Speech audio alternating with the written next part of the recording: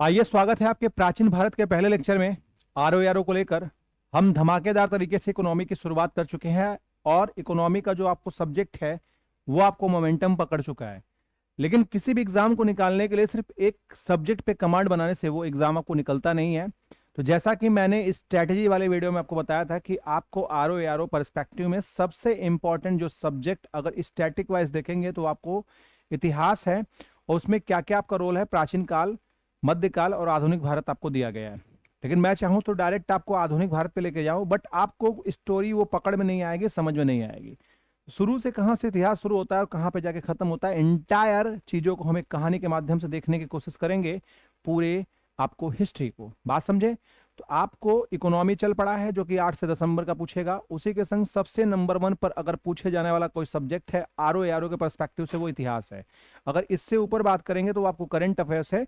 Current affairs की श्रृंखला मैं आपको स्टार्ट करूंगा 1 नवंबर से, बहुत ही बेहतरीन तरीके से, systematic wise, topic wise, subject wise.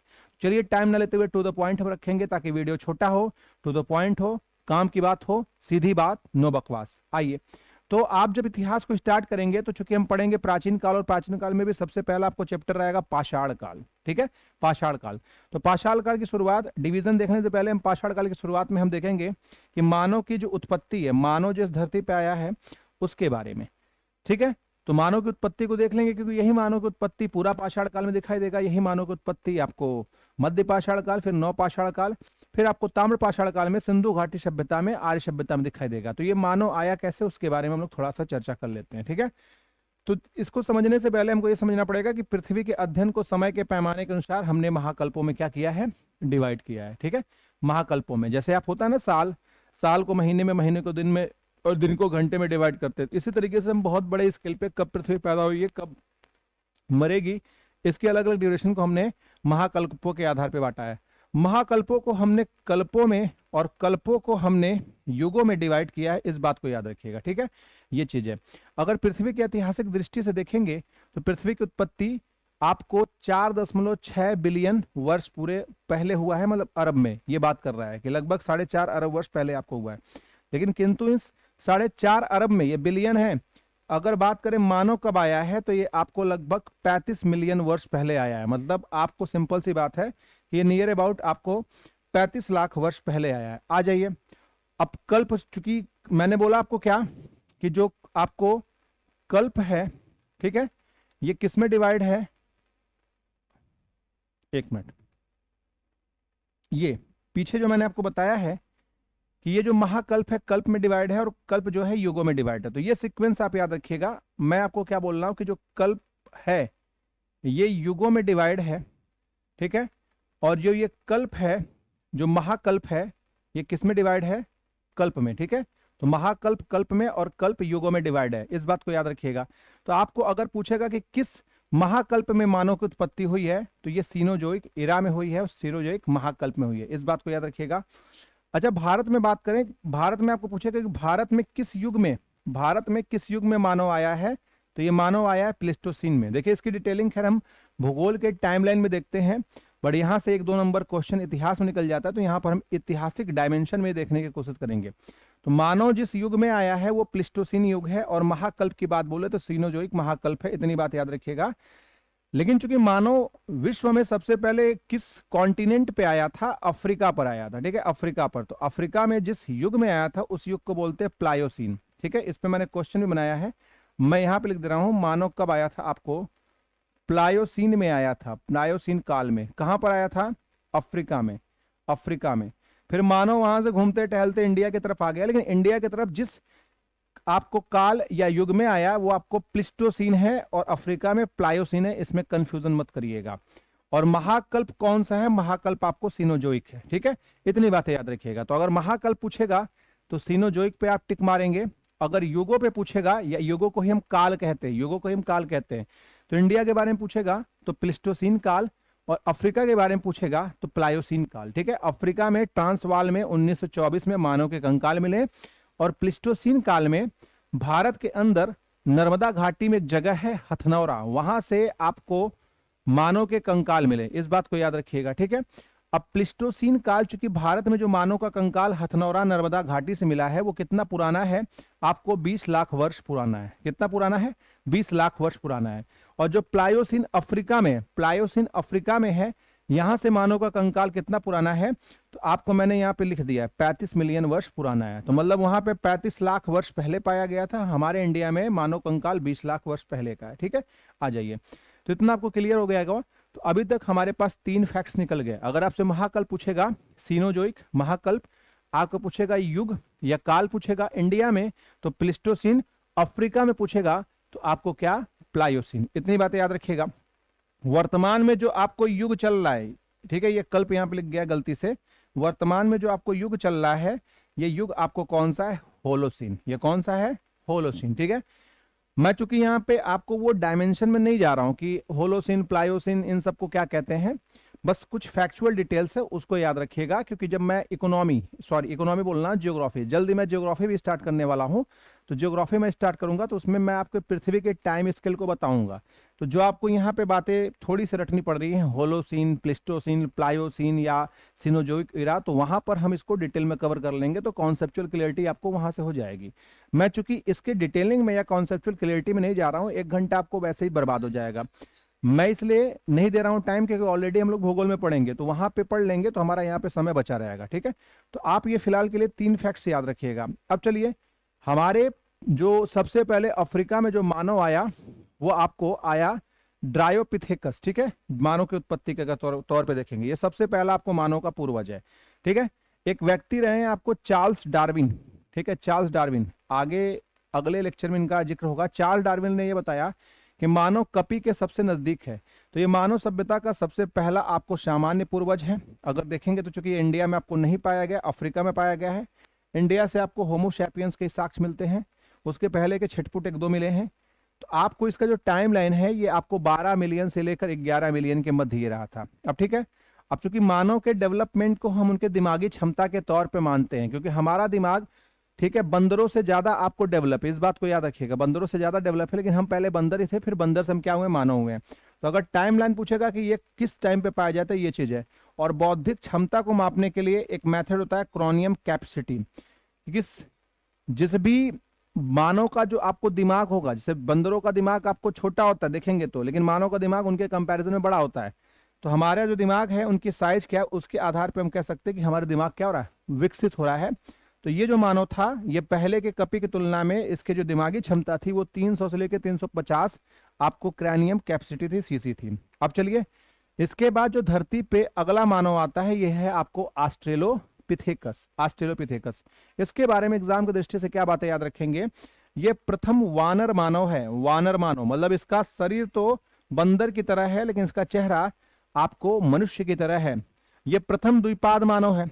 प्रथम द्विपाद मतलब क्या, कि पेड़ से उतर के चलने में सक्षम आपको ये रहा है पैरों पे। नहीं तो इसके पहले ये क्या करते थे, 4 पैरों का इस्तेमाल करते थे। यदि आप इनके डेवलपमेंट को देखेंगे तो जैसे ये पेड़ों से जमीन पर उतरेंगे तो इनके हाथ आप देखेंगे छोटे होते चल जाएंगे, पैर क्या, बड़े होते चल जाएंगे। जबकि वही बंदरों का देखेंगे तो बंदरों में आपको हाथ आपको क्या दिखाई देंगे, बड़े और पैर छोटे, ये चीज है। जबकि मानव में पैर बड़े और हाथ छोटे। इसका अगर देखेंगे टाइम लाइन, तो ये 5 मिलियन वर्ष पहले आया। क्रैनियम कैपेसिटी आपको 400 से लेकर 450 सीसी के आसपास है। और यहाँ पे एक फैक्ट्स जो मैंने आपको डाल दिया कि मानव का प्रारंभिक साक्ष्य दक्षिण अफ्रीका के ट्रांसवाल इलाके में आपको प्राप्त हुआ 1924 में। आइए आगे चलते हैं। ड्रायोपिथेकस के बाद आपको ऑस्ट्रेलोपिथेकस आया। ऑस्ट्रेलोपिथेकस के बाद आपको होमो हैबिलिस आएगा। ये मानव जैसा रहा है कि जैसा कि आपको इमेज में दिखाई दे रहा है कि पत्थरों के द्वारा सबसे पहले इसने औजारों का प्रयोग किया। तो ये औजारों का प्रयोग करने वाला पत्थरों के द्वारा आपको ये सबसे प्रथम मानव रहा है, क्योंकि इनको जब तक पत्थर नहीं मिलेंगे, उस पत्थर से चिंगारी नहीं निकलेगी, आग इनको मिलेगा नहीं। ठीक है, तो इसके जो द्विपाद मानव होने के संग संग इसका जो गमन है तेज हो गया। जबकि ऑस्ट्रेलोपिथेकस द्विपाद मानव था, लेकिन उसका गमन बहुत तेज नहीं था, बहुत तेजी से वो आपको दौड़ नहीं पा रहा था। यदि विकास का क्रम देखेंगे तो 2.5 से लेकर 2.2 मिलियन वर्ष तक है। क्रैनियल कैपेसिटी इसकी बढ़ी है। पिछले वाले की 400 से लेकर 450 थी, इसकी क्या है आपको 500 से लेकर 700 के बीच में। आगे चलिए, होमो इरेक्टस। होमो इरेक्टस के बारे में क्या है कि अभी तक जो भी मानव थे थोड़ा झुक के चलते थे, लेकिन ये होमो इरेक्टस, इरेक्टस मतलब सीधा खड़ा होकर चलने वाला मानव, तो खड़ा होकर चलने वाला ये प्रथम मानव है। इस मानव ने, वेरी इंपॉर्टेंट, इस मानव ने आग की खोज की और यहां से आपको बड़े जानवरों का शिकार हुआ। देखिए आग का मल्टीपर्पस यूज है। आग आपको रात को रास्ता दिखाता है, आग जाड़े में, विंटर में आपको ठंडी से बचाता है, आग भोजन पकाने के भी काम आता है, और आग आपको जो झाड़ झंखाड़ या आपको कचड़े हैं उनको भी जलाने के लिए काम आता है। ठीक है, मल्टीपल पर्पस होता है आग का। इनका टाइमलाइन देखेंगे तो 1.8 मिलियन से 1.6 मिलियन के बीच है। क्रैनियम कैपेसिटी 800 से लेकर 1200। ठीक है, अब आइए इसके बाद बात करते हैं हम लोग होमो सैपियंस की। तो होमो सैपियंस खड़ा होकर तेजी से गमन करने वाला मानव रहा है, लेकिन होमो सैपियंस के साक्ष्य हमको इंडिया में बहुत अच्छे से नहीं प्राप्त हुए हैं, आपको जर्मनी से प्राप्त हुए, जर्मनी के नियंडर घाटी से। यहाँ पे लिखा है नियंडर घाटी से चूंकि प्राप्त हुए हैं तो इसको हम नियंडर मानव के नाम से भी जानते हैं। खैर, जो जर्मनी में नियंडर मानव रहा है ये 30,000 वर्ष पूर्व क्या हो चुका है, पहले विलुप्त हो चुका है। ठीक है, आप लोग बहुत ही आराम से इसकी जो आपको पीडीएफ है स्लाइड वाली, शिक्षित आजमगढ़ टेलीग्राम चैनल पे पड़ जाएगी, वहां पे इत्मीनान से इसको बैठ के देख सकते हैं। जो फैक्चुअल चीजें होंगी उसको एक्सप्लेन कर दूंगा, एक दो बार आप देखेंगे याद हो जाएगा, जहां पर याद करवाना होगा मैं करवा दूंगा। इसी प्रकार से आप जाएंगे फ्रांस में तो वहां पे प्रो मैग्नम, ये कैगनम लिख गया है, यहाँ पे प्रो मैग्नम आपको गुफा मिलेगी। ठीक है, प्रो मैग्नम, ये बात याद रखिएगा। तो प्रो मैग्नम यहाँ पे कैगनम हो गया, ये फ्रांस में गुफा है। तो यहां से आपको मानव होमो सैपियंस के साक्ष्य यहां से भी आपको प्राप्त होते हैं। ठीक है, तो आपको ये पूछा जा सकता है कि प्रो मैग्नियम नामक गुफा आपको कहां पर है, तो कहां पर है, फ्रांस में। नियंडर घाटी कहां पर है, आपको जर्मनी में।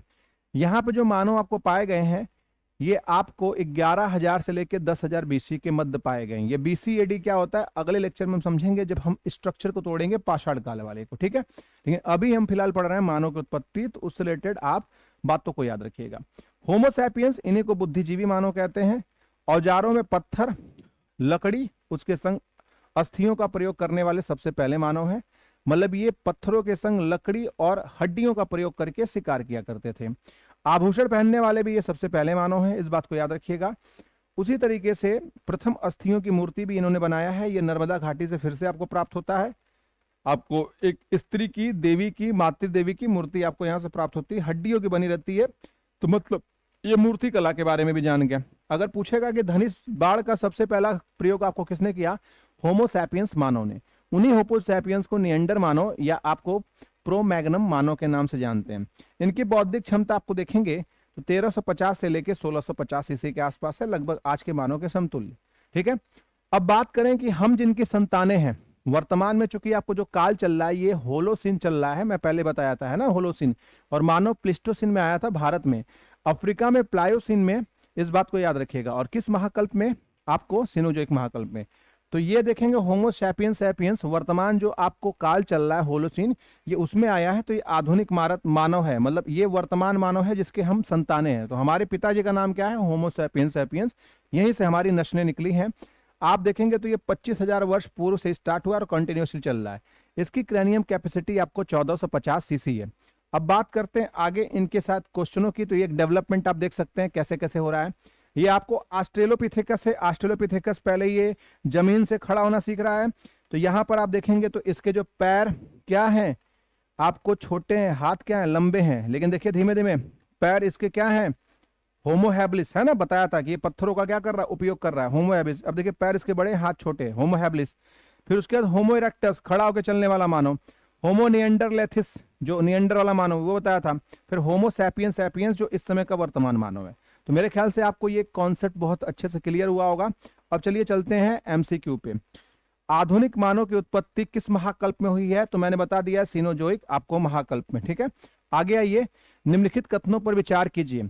मानव की उत्पत्ति भारत में प्लायोसिन में हुई है, क्या गलत। प्लायोसिन में कहां हुई है, अफ्रीका में, है ना, अफ्रीका में। तो पहला स्टेटमेंट आपको गलत है। दूसरा बोल रहा है अफ्रीका में मानव की उत्पत्ति प्लिस्टोसीन काल में हुई है, क्या, नहीं। प्लिस्टोसीन काल में कहां पे हुई, आपको भारत में, भारत में हुई है। तो ना तो एक सही है ना दो सही है, क्योंकि स्टेटमेंट आपको इंटरचेंज हो गए हैं, आपस में बदल दिए गए हैं। आगे चलिएगा, वर्तमान युग कौन सा है, होलोसिन। ठीक है, वर्तमान युग कौन सा है, होलोसिन।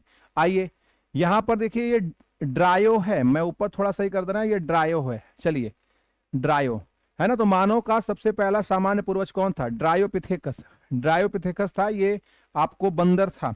आइए प्रथम द्विपाद मानव कौन सा था? आपको ऑस्ट्रेलोपिथेकस, प्रथम द्विपाद मानव ऑस्ट्रेलोपिथेकस। प्रथम बार पत्थरों के औजार बनाने वाला मानव कौन था जिसने पत्थरों से औजार बनाया? Homo habilis. कौन सा था? Homo habilis. आगे चलिएगा, आग की खोज किसने की? आग की खोज किसने की? होमो इरेक्टस ने की। आग की खोज किसने की? होमो इरेक्टस ने की, है ना। नियंडर घाटी कहां पर है? आपको अभी जस्ट बताया, जर्मनी में। नियंडर घाटी कहां पर है? जर्मनी में। आभूषण पहनने वाला प्रथम मानव कौन है? होमो सैपियंस, है ना। होमो सैपियंस है, इस बात को याद रखिएगा। प्रथम अस्थियों की मूर्ति निर्मित करने वाला मानव कौन है? ये भी आपको होमो सैपियंस है ना। होमो सैपियंस है। आगे आइए, धनुष और बाण का सर्वप्रथम उपयोग करने वाला मानव कौन सा है? होमो सैपियंस है, ये भी ठीक है, होमो सैपियंस। आगे आइए, वर्तमान मानव कौन सा है? ये आपको होमो सैपियंस सैपियंस है। ये सेविंग्स लिख गया है, थोड़ा सा टाइप करने में दिक्कत हो गई है, कोई दिक्कत नहीं है। होमो सैपियंस, ठीक है, होमो सैपियंस सैपियंस। तो वर्तमान मानव कौन सा है? होमो सैपियंस सैपियंस है। आगे चलिए, भारत में मानव का सर्वप्रथम साक्ष्य आपको कहां से प्राप्त हुआ है? नर्मदा घाटी से। नर्मदा घाटी में एक जगह है आपको, कौन सा? हथनौरा। हथनौरा से इंडिया में सबसे पुरानी खोपड़ी आपको प्राप्त हुई है, इसको आप नोट डाउन कर लीजिएगा। आगे चलते हैं, सर्वप्रथम मानव की उत्पत्ति कौन से कॉन्टिनेंट में हुई है? आपको अफ्रीका कॉन्टिनेंट में। कौन से घाटी में?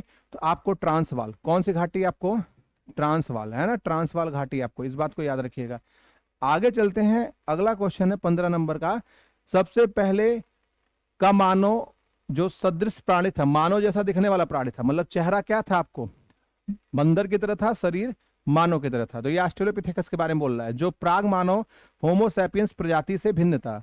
मतलब ये होमो सैपियंस नहीं था, उसे सामान्यतः जाना जाता है। तो इसमें तो आपको ऑस्ट्रेलोपिथेकस नहीं दिया गया है। तो ऑस्ट्रेलोपिथेकस का एक और नाम है जिसको बोलते हैं पिथ कैंथ्रोपस। तो पिथ कैंथ्रोपस को ही ऑस्ट्रेलोपिथेकस कहते हैं, ठीक है। तो मेरे ख्याल से आपको आज का लेक्चर बहुत दमदार लगा होगा। अगले लेक्चर में हम लोग बीसी जानेंगे, बीसी क्या होता है, एडी जानेंगे, और पाषाण काल के डिवीजन को जानेंगे, जैसे आपको नव पाषाण काल, मध्य पाषाण काल और उच्च पाषाण काल। आज के वीडियो में इतना, धन्यवाद।